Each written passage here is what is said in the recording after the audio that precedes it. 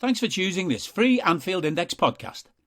If you'd prefer to listen to this or any of our other shows without adverts, then now's the time to check out Anfield Index Pro. With AI Pro, you can supercharge your entire listening experience. You'll not only get all of our podcasts without the ads, but you'll have them far faster with our Quick Publish feature available exclusively for subscribers. AI Pro also puts you in the heart of our sound studio, with an option to listen to many of our shows live and interact with the podcasters in real time as the shows are recording. Upgrading couldn't be easier. AI Pro is available on all popular podcast platforms, and we have our own apps for Apple and Android. Just head on over to AnfieldIndexPro.com and get started today. Hey guys, welcome back to AI Pro Plus. I'm Nina Kauser.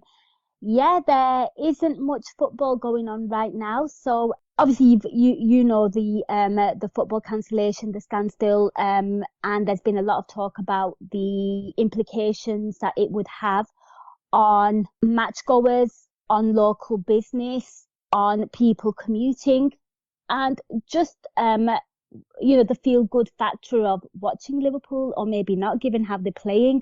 We might get onto that on the podcast as well. But as well as the local side of things, I kind of want to focus on the global aspect of things as well, and how it affects supporter clubs and fans across the world. And joining me on this podcast is the chairperson of LFC New York, a familiar voice on Anfield Index. It is Mr. Justin Wells. Justin, you and I could be watching a football match, but here we are. How do you feel? I would right now probably be outside the front of the 11th Street Bar in the East Village of New York City, smoking a cigarette and arguing with someone about who was responsible for Pedro Neto scoring the first goal for Wolves today. So, I would still probably rather be there watching the football today, but obviously an event of at least national significance for the UK and almost certainly global significance, considering that the English Empire once spanned large portions of the world, has occurred, including the part of the world that I live in, which was at one point a colony of the United Kingdom. There you go. So, Justin, I'm just going to get it on record. You would prefer to be a goal down to Wolves, Pedro Neto getting the glory than the Reds maybe taking a time out after that turgid performance against Napoli, and Jurgen Klopp saying he has to reinvent himself. I mean, I personally think obviously we're going to talk about the implications of how it affects everyone, but just from those footballers' side and perspective of things, and maybe just watching them as well. I've not enjoyed watching them, can't lie, but I think it's probably done them a bit of good to if we're looking at things in the cold light of day and objectively as possible, this is probably good for Liverpool to have a few extra days off, considering they just played I don't even want to say they played a tough away match, because they played an away match where they just looked completely and totally outmatched. But it probably, if you're going to look at it solely from the perspective of what this means to the football that Liverpool are playing, yes, not having to play at this exact moment is probably the best thing.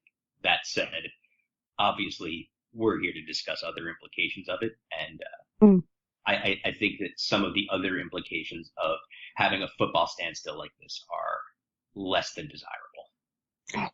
Absolutely. And let's get into that. So obviously, Justin, as we all know, you're a big part of LFC New York, and I know you guys get the band together, and it's a big event.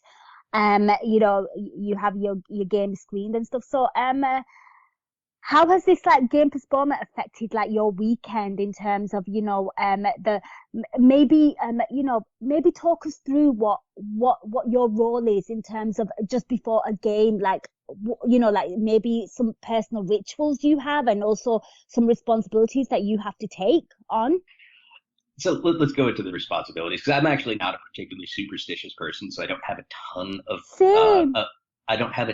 of personal rituals. I just know, what I will tend to do before a match is often, get a cup of coffee and something to eat. But from the perspective of the actual responsibilities of running a supporters club, and one in New York, which is a pretty large city with a large amount of Liverpool supporters. Mm-hmm. it's also a very international city. We work with 7 bars, so those bars are going to open for nearly every single Liverpool match. Some of our bars that are in some of the less populated areas, like some of the suburbs, won't necessarily open for the 12:30 UK, 7:30 in the morning US kickoffs, which is understandable because I don't think bars in the suburbs are going to have a lot of people driving to go to them at 7 in the morning to go watch a game that's going to end before 9:30. But some of our bars do open up that early, and when they do, that's additional hours that they can be open. They'll typically just open up and stay open throughout the day. So those are additional hours that they can stay open and bring in money, which is very important in particular to places that were hammered by the pandemic.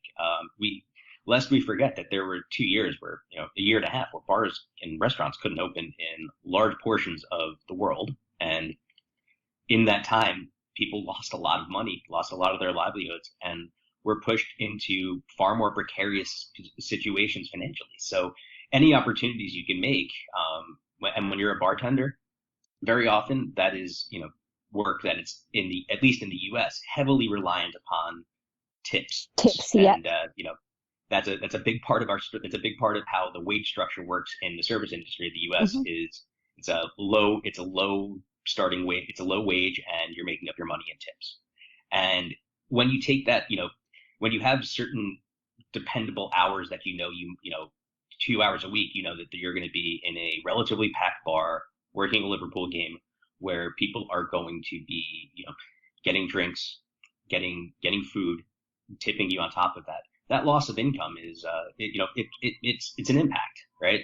And that's the first part. That's the thing that of the responsibilities that we have within LFCNY that I think is the one that's most glaring, is the fact that we are now taking away, realistically this week, 2 hours of, 2+ hours of additional tips and wages that that our bartenders probably would think were coming and would rely on. And it's not exactly, these games will be made up. They'll make that money back at some point. And I think this also goes to speak to the stadium staff as well. They're going to make that money back at some point, but these games are going to occur. But we don't necessarily know the financial situation of every single person working there. We don't know how much money they have saved to endure what happens if a week's paycheck is cut in half or just lost, right? Some people do live paycheck to paycheck, and if you take away times at which they knew that they'd be making a wage, that could be really, really, really harmful and devastating. And that's the part about this that I think sits worst with me about the cancellation, is that there is the potential for that kind of loss of income that people need to depend upon. That is it's a problem. Now, I've seen some clubs like Manchester City, for instance, did announce that they were going to cover the wages for people who were supposed to work today's game, which I think is the right thing to do. And as loath as I am to compliment City because of some other things that I don't think we need to get into in this particular podcast, that is the right step. And that I would hope that other clubs do the same. And in particular, I would like Liverpool Football Club to do the same, because if our ethos is you'll never walk alone, and we are, proud of some of the forms of socialism, even though obviously the game of football and FSG are wildly capitalist at the point. If we're going to speak about those kinds of forms of socialism, and a term that I'm going to introduce and going to use a bunch on this podcast, mutual aid, are to be taken seriously, then I think you should cover the wages of the people who should have worked the Wolves game today. And if I've missed that we've announced that, I apologize, but applaud it. Absolutely, because it wasn't their choice to not come into work today. Circumstances sort of forced them to, like you said, miss the payday. Yeah, and look, nobody has control over this. I mean, it's the action that spurred this is the death of a very old woman, right? Which was known to be happening and was going to happen at some point, because nobody lives forever. But it's in nobody has control over that. None of the people working have control over that. They absolutely don't, and we can certainly tell that Justin, you live in a really really bustling, busy city there with all the background noise, adding a lot of sense of actuality to the podcast. I mean, you've touched on how it affects sort of the bartending staff in your 11th Street bar, and that's like 2 hours work. Like the service industry is really really heavily reliant on tips, and it's pretty it is pretty intense when you think about it like that. And also I kind of want to get your thoughts on you know from my understanding, and please do correct me on this, because obviously, and the one thing I've kind of noticed with these supporters clubs is it's to kind of get people together and to kind of give them like a sense of community, and maybe a way of like getting them out to kind of socialize, meet other fellow Reds, and have like that commonality between them. And I think this is why I love supporters clubs so much, because it basically it kind of, I've always thought that they've stopped people from watching games in isolation or being isolated at home, to come out, be a bit social, kind of get like a match day experience to some degree. Like, people in the UK, if they can't go to a game, they'll go to a pub to watch a game. And to me, it feels like, sports clubs across the globe kind of, do the same kind of thing to kind of give that same experience. I mean, do you have a comment on maybe how, like from a social perspective, if, like how this is a big part of people's weekends? I mean, it's the thing that I look forward to most every weekend is trying to get a fourth or fifth person who actually knows every single lyric to Poor Scouser Tommy to actually fully sing along in the 11th Street or one of our other partner bars. But it is a huge part of our weekend. I mean, I work Monday to Fridays, and the time in which I want to be able to get away from home, get some time away from my wife to be able to spend with some friends is the hours that I'm going to be watching a Liverpool match. And having that not in the weekend just makes it feel very empty, knowing that it's not going to be in this weekend, knowing that it might not be next weekend because of Chelsea. I won't be able to get there for the Ajax match if it goes ahead. And knowing then that basically I will have gone almost the entire month of September without going to the bar and being able to watch a game, it feels like a big loss, because that's a community that I work really hard to contribute to, and there's a lot of other people who work really hard to contribute to it.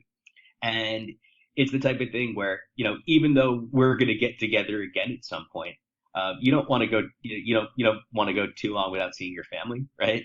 Like you want that regular check-in, and you want that regular ability to be with your friends, be with your family, and do the things that you love doing, which in this case is just, watching Liverpool play regardless of how we're playing. Because at the moment, it's not exactly like the most pleasant thing to watch us play, but I'm one of those people who's not necessarily into this for the, I'm only in it for winning. I'm into this because I like, the big aspect, and the big reason I'm a Liverpool supporter is because of the fact that I'm into the social aspect of it, and I'm into the community aspect of it.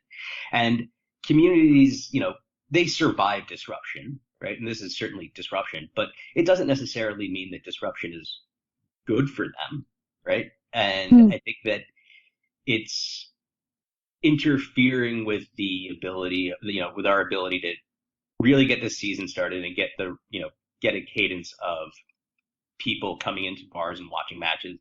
And that's been a thing that's been, I think it's recovered a bit, but again, we're still coming off a situation where people really couldn't gather for 2 years, and things are just starting to, I guess, trickle back to normal. And I'd readily imagine, because I've been to also the UK within the last year, things are starting to come back to normal within the US and the UK. But they're not fully there, and disruptions are what make it not get fully there. And I think that we all probably just really could have used the football this weekend, because we all really could have needed it. Now, I'll tell you who probably doesn't need it is Liverpool Football Club, but in the end, there are more things to consider sometimes than just how well the Reds are playing at this exact moment. I get that. I get that. And I think why you've seen a lot of outrage on social media when the news was announced Friday morning about, the games being postponed because of the Queen's passing. There was a lot of because a lot of social and sport events are still going ahead. Like, it was up to the FA's discretion what they wanted to do. It wasn't like they absolutely have to cancel the games. And I think that's why a lot of people were really, really annoyed at the news, because the cricket's going ahead. I don't expect you to know that. The only thing that's affected you in your daily life, like, none of your sporting events have been cancelled. Obviously they won't be, but obviously football, which obviously is happening here right now, that's what's affecting you. But in here, I think a lot of the fans are really, really annoyed at the fact that everything else is, carrying on, but most things are carrying on as normal. But the FA, decided to kind of, I don't know, decide that they want to be respectful and cancel the football, which obviously has annoyed them, a lot of supporters from a lot of clubs, not just Liverpool. And Justin, you touched on something, and you spoke about Man City, and obviously there's been a lot of social media tweets about what football clubs are doing with the food and the pre-made food. And I think Liverpool are also donating to local organisations and charities, and you spoke about Man City there. I believe Crystal Palace are also doing the same thing as well. So clubs are, being mindful of that. And you and I have spoken a fair bit on the podcast, and a lot of our listeners know about your role within LFC New York. So I want to kind of ask you as well, like, how does, like, and I know you do a lot of work with, your community, and you do every little that you can to help, like the food banks and those people who are perhaps less privileged than us, and I want to get your thoughts on how, like, we speak about it from like the small bubble of how it affects people within specific cities, and the football that's played there. But I want to get your stance on the global side of things, because if you guys are doing this outreach work, I'm assuming a lot of other Liverpool supporter clubs also do this kind of outreach and helping and serve their community like this. And not just Liverpool supporter clubs, I'm guessing a lot of football clubs, supporters clubs do this kind of work as well, and the domino effect of it. So I want to get your thoughts on that. So it's a really good point, right? So LFCNY, if anybody who's ever been to New York, who's actually been to the 11th Street Bar, right, which is the one of our 7 bars, but is our main bar. Across the street is a ministry called the Father's Heart Ministry, which operates food banks and hunger prevention services that feed around 700 families every single week. So if you've been to 11th Street, you've seen on a Saturday morning a long line of people. They're there to access and get food, right? And how food banks work is that they're all basically reliant upon donations from private people, because if the government could adequately take care of hunger, you wouldn't have a necessity for this additional service. So these, food banks exist, like the perfect in the world that we want to live in. Food banks shouldn't need to exist, right? I think we can all acknowledge that. Yep. But so LFCNY does 2 canned food drives a week, a month, not a week. Right? We do 2 canned food drives a season. And the reason is we tried actually doing every single week to mirror what fan supporting food banks is doing, but we just didn't find that it was giving us the amount of traction to get the maximum amount of food we could to provide the greatest impact. And fan supporting food banks around Anfield and Goodison, and they've spread to a lot of other stadia in the country, but from my experience, I know about the fact, I know the most about what it does outside Goodison and Anfield, because I've been in touch with the people who run who run the charity outside Goodison and Anfield. That's 50,000 to maybe 100,000 people a week between the 2 stadiums when there is a home game that are able to, and you're not going to get every single person giving, but that's 100,000 potential people who can give food every single week. And the loss of that is pretty seismic, because if you have 50,000 people just bringing 2 tins of tuna fish, right? Just using that as an example because it's a non-perishable, high-protein food, and just dropping 2 tins into a food bank collection site outside a stadium, if you have 50,000 people doing that, you could feed a lot of people.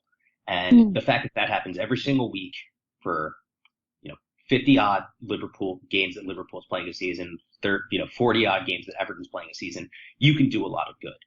The loss of potentially, 2, 3, 4 games can have a serious detrimental impact on the amount of food you're able to collect and how well you're able, to have these services operate. Now, hopefully some of that is offset by Liverpool rightly donating the match day food that they would have had to fan supporting food banks and local charities.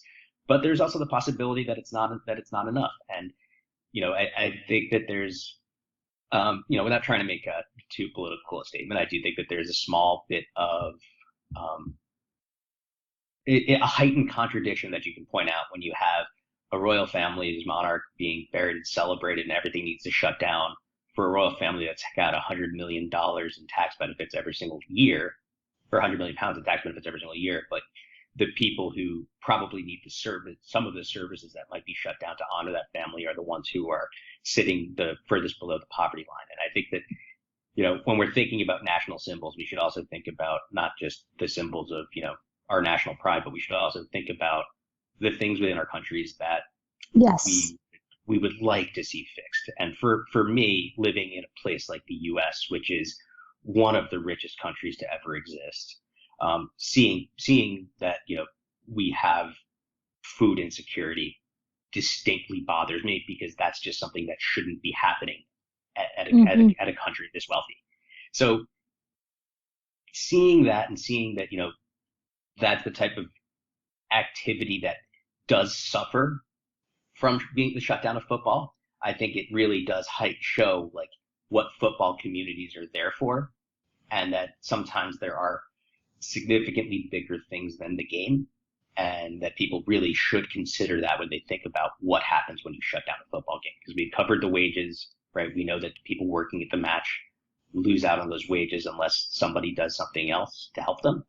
And also people who rely upon certain charitable endeavors that occur at football matches also losing out on those. And I think that that's just something that we should weigh and we should think about when we're talking about things like canceling football games, because the game itself might seem silly, but the things that occur around the game from a community perspective and from a charitable perspective can be pretty huge, and can also really shed light on what, why we commune as football supporters sometimes. It's not just to watch our teams win or to sing silly songs at the teams that we're beating. Absolutely. And, I'm glad you kind of spoke about the domino effect there as well. And, whilst we're sat here and we're praising, these football teams for, obviously not being wasteful and, donating their food to, local food banks and, local charities, it still is quite sad that they're having to do that. I mean, like, food banks have just become so rife in like I'd say in like the last 10 years here, like, where it's just become a common thing. It was something that I'd probably never heard of before. It wasn't that much of maybe I was young, innocent, ignorant, naive, but they just seem to be popping up everywhere. Supermarkets have a big, drop-off point where you can donate food, something that you would never have seen in like 15 years ago. You would never see that. I want to get your thoughts on this. So again, I'd like to get your thoughts on, I'd like to get some insight from you with regards to when did you start working with food banks, LFC New York and stuff? Like, when did it become a big, like, where you kind of realize that, hang on a minute, this is a big thing and we need to be in service of people who are, less fortunate? So the actual history of that with LFCNY predates my involvement with the committee, but I actually do know it because one of the former vice presidents of LFCNY, his name's Connor Brennan, who I actually still speak to this day and is a very, very good man. He one day just consistently going down to 11th Street to watch matches, saw the line outside the ministry that's across the street that's doing the food services, and basically just figured, look, we exist in this community, so we should probably try to do something for it. So that's how that started. And we've been working with the Father's Hearts Ministry in the East Village for now about the past 13 or 14 years, as far as working with their hunger prevention services. What we've actually done, though, is we've expanded a bit as well, and also had we'll bring in other supporters clubs from other teams to help raise either funds or canned food when during certain matches. So, for instance, lately when we've been we didn't do this last week because 7:30 kickoffs become very hard to do this, but when we've been playing against Everton, we've been working with the New York City Evertonians to they'll have them help us with fundraising and help us with raising food, raising canned food and bringing canned food to various bars, because in the end, obviously we're thousands of miles away from the UK, but if you look at Fan Supporting Food Banks, which is an organization that I think does tremendous work. It's actually run by a red and a blue, right? The tribalism that's involved with the game can sometimes be very poisonous, but I think what we do need to realize is that we all inhabit the same earth, and many of us, at some points we should realize that it's rooting for different pieces of laundry doesn't necessarily make you their enemy, right? Mm-hmm. You still share the same common humanity. And if you look in a city like Liverpool, Everton, and Goodison and Anfield aren't in the most, they're both very close to each other, and they're not in the most particularly well-to-do areas. Mm-hmm. So, people who are going to football matches can tend to sometimes have a little bit of disposable income, because if you can afford a football ticket, you typically can afford to buy a can of food. Mm-hmm. And seeing, that's the philosophy we're taking. And it's just, if you're able to come to a bar and buy a beer during a game, you can buy a tin of food to drop in a basket. Mm-hmm. And we've expanding to work with other clubs, I think, is really useful, because it does build a larger football community within your city. And that football community doesn't necessarily need to be one where it's tribal by colors, right? So we've, working with the Evertonians, we've worked with some, unofficial Liverpool supporters clubs as well.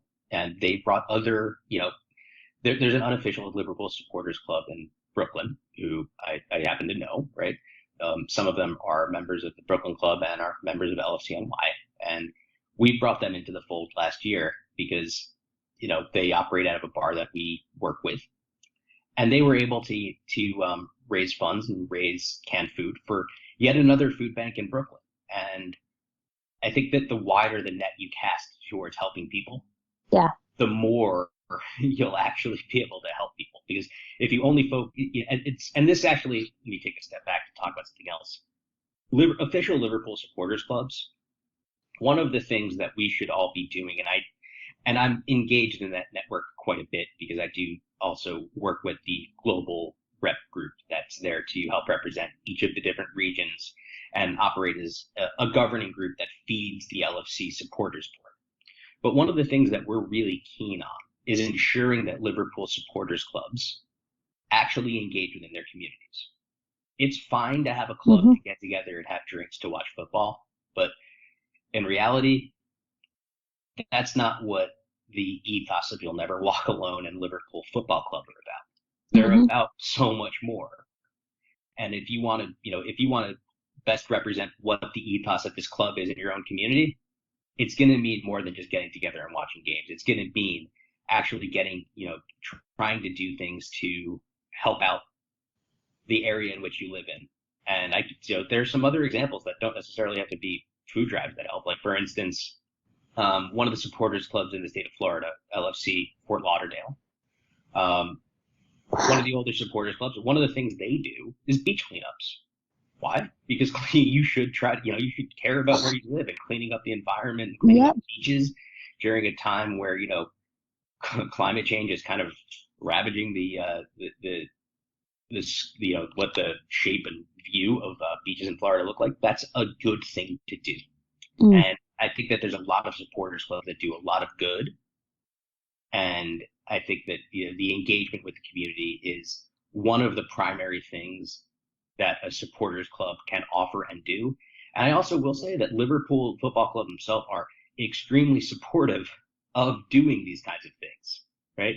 They are actually, they want the supporters clubs to spread Liverpool's good name and ethos by actually doing community works. So, globally, coming back to what we're talking about, having 2 weeks where supporters clubs don't necessarily meet and get together does take some of the sting and some of the momentum that a lot of clubs have towards starting to be able to progress some of the things they want to do that season to help their communities. No, I hear you. And I think what it all kind of comes down to as well is what are your personal beliefs and values? And, and I think, like you touched on, the food bank initiative started off by, a Red and an Evertonian, you put your colours aside, we have the same core beliefs and values in terms of, our community and our people need help. And we work together to do that. And I love the fact that it's just had a massive domino effect. And, you just, like that Florida example that you gave me, like never knew that. Do you know what I mean? But much needed. Absolutely. And it's one of those things where I don't think that the reason to I think that it's kind of two things that exist in tension, right? I do think that clubs should, and people doing charitable works in particular within this, global Liverpool supporting sphere should advertise them, because it's good to have people see other people doing good things. And you want to make sure that people know what you're about. And it inspires people as well. Yeah. By the way, it has a domino effect of like, hang on, if they can do it, I can do it. Yeah, absolutely. But at the same time, the reason you do those things isn't to seek attention for yourself. So it's a fine line. But I think ultimately, if you can do some good and you can do some good around football, then you should. And I think that actually is the type of thing that gets our good name as Liverpool supporters out there. And and we should try to do that, because there are always going to be people who are going to try to sit there and impugn Liverpool support. A lot of that comes from the historical, the recent historical view of the city of Liverpool and its residents in the greater scheme of the UK, and particularly just a lot of how people view people from the Northwest in the south of England, and how that's how the media has captured and portrayed that is something that I find to be both very much untrue and something that I think that sunlight is the best disinfectant against. I'm just smiling. Yeah. Justin, it looks highly likely that the next weekend games might be off as well.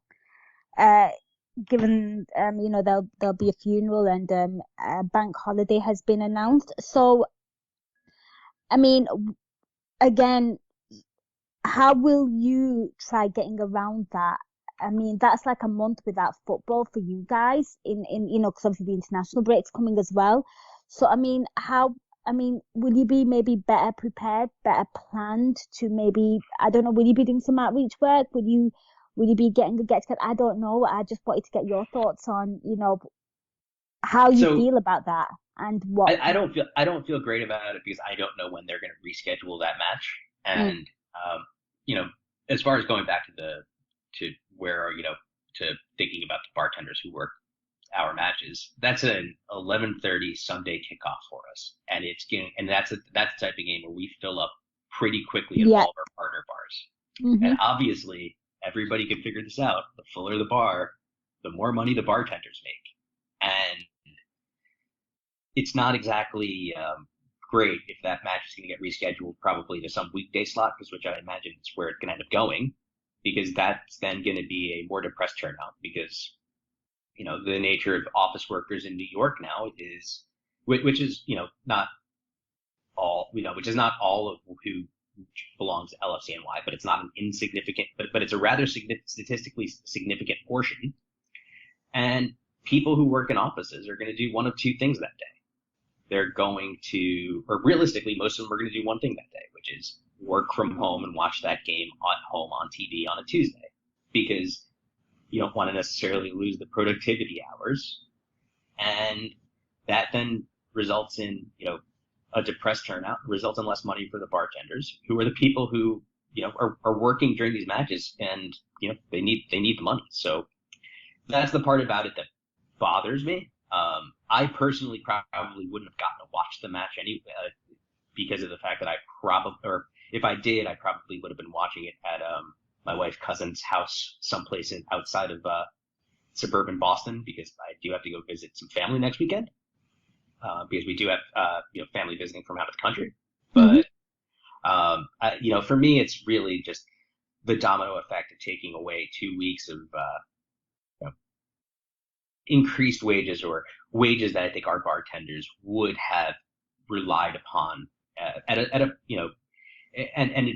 that's the part that stings for me immediately. It's, because these are people who are working, and they're working hard, and they're working hard to do a service that the supporters club that I operate really appreciates. So it just kind of stinks. And I'd imagine that, we're one example of this, but I know that if you go throughout the U.S., there are large amounts of bars who do big soccer business, and they do, we're talking across all clubs, not just Liverpool. And, that's a sizable chunk of some income that, a lot of people are going to be missing out on. And I'm not really, and I feel for that.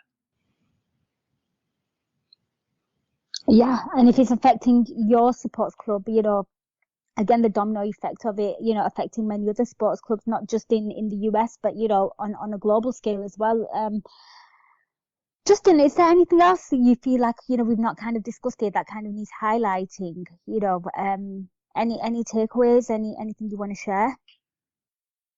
No, I think that if we, I think if I go down any other paths on this, I will start to reveal some of my personal politics around this scenario, and I'd rather not do that. Let's not. And with regards to, let's just keep it a bit Liverpool based. Okay, so of course it was dreadful on Wednesday night. It was horrendous. Jurgen Klopp, very candid in his post-match interview. He actually looked like a man bamboozled. Like, I felt like everything that he said kind of felt quite genuine and authentic in his post-match comments. Reinventing themselves then. Let's hope that happens, eh? Yeah, go to a double pivot. That would be a reinvention that I would welcome. I said this last week on your show, but it looks like we've been attacking lately without a platform. And when you attack without a platform, everything does fall through, right? What is a platform? It's a thing you stand on. What happens if you're not standing on something? You're not standing on anything, and you fall down.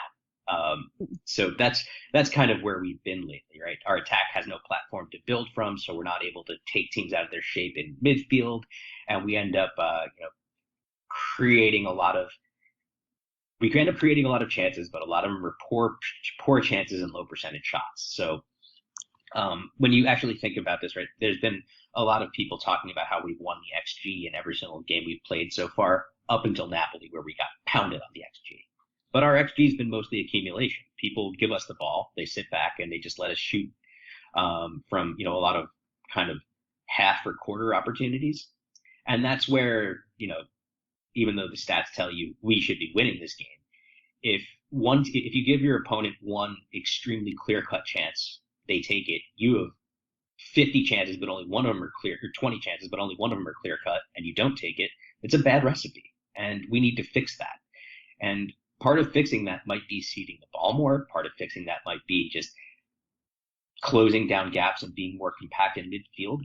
There's a lot of things you can do to change this that involve just using what you have better, because that's realistically all we can do until January anyway, right?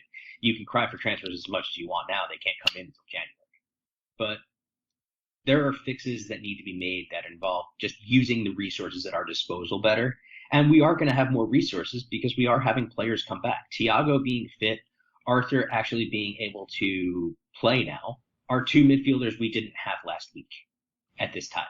And that's important because both of them do things that none of the other players that are midfielder do, which is actually kind of play in the midfield. As much as I love Harvey Elliott and Fabio Carvalho. Neither one of them really look like a midfielder at the moment. Both of them look kind of like attacking, it maybe like they look like tens, right? An attacking midfielder, but not one that you're going to rely upon for defensive output or, solidity of shape. And the more we get of that, the better off we're going to be. And I think that, there is an opportunity to turn the performances around. We just need to find what that reinvention is.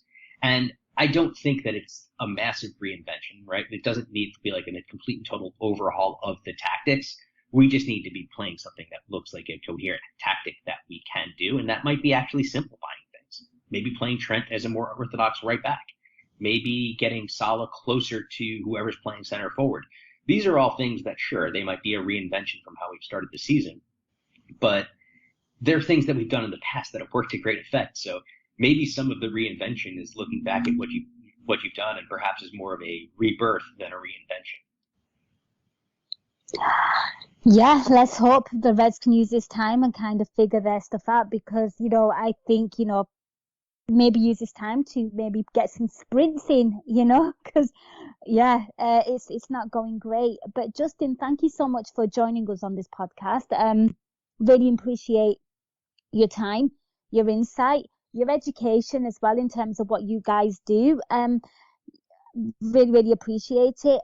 From my part, guys, if you can't,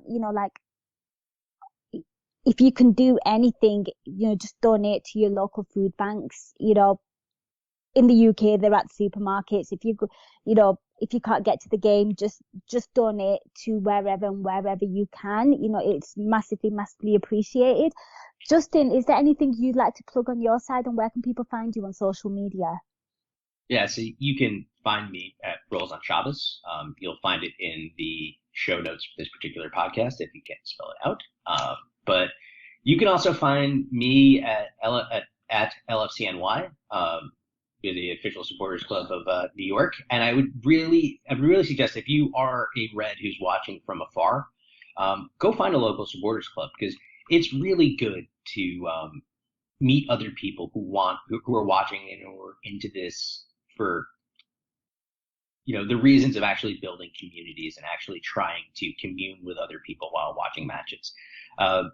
As much as the statement gets brought out that Liverpool Football Club exists to win trophies, the real reason it exists is actually to create a community. And I think that that's something that we should all truly embrace and something that makes us, special, right?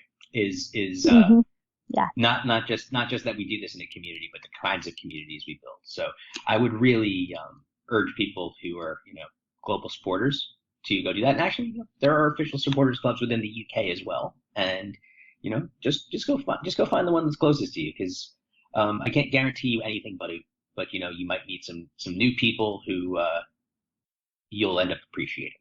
There you go, people. That was Justin Wells.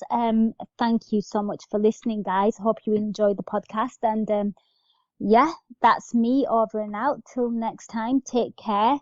Up the Reds. We hope you enjoyed listening to this Anfield Index show. Please be sure to subscribe to our channel so future podcasts find their way to your device automatically. There's nothing quite like fan engagement, and we'd love to know what you think of anything discussed on this show. The best way to get in touch is over on our free Discord community, where both podcasters and listeners debate the hottest LFC topics 24/7. Sign up free now at AnfieldIndex.com/Discord. You won't regret it.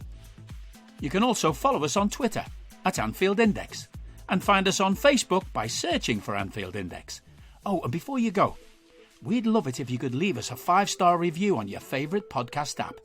It only takes a couple of seconds, and it means the world to the people who create these free shows.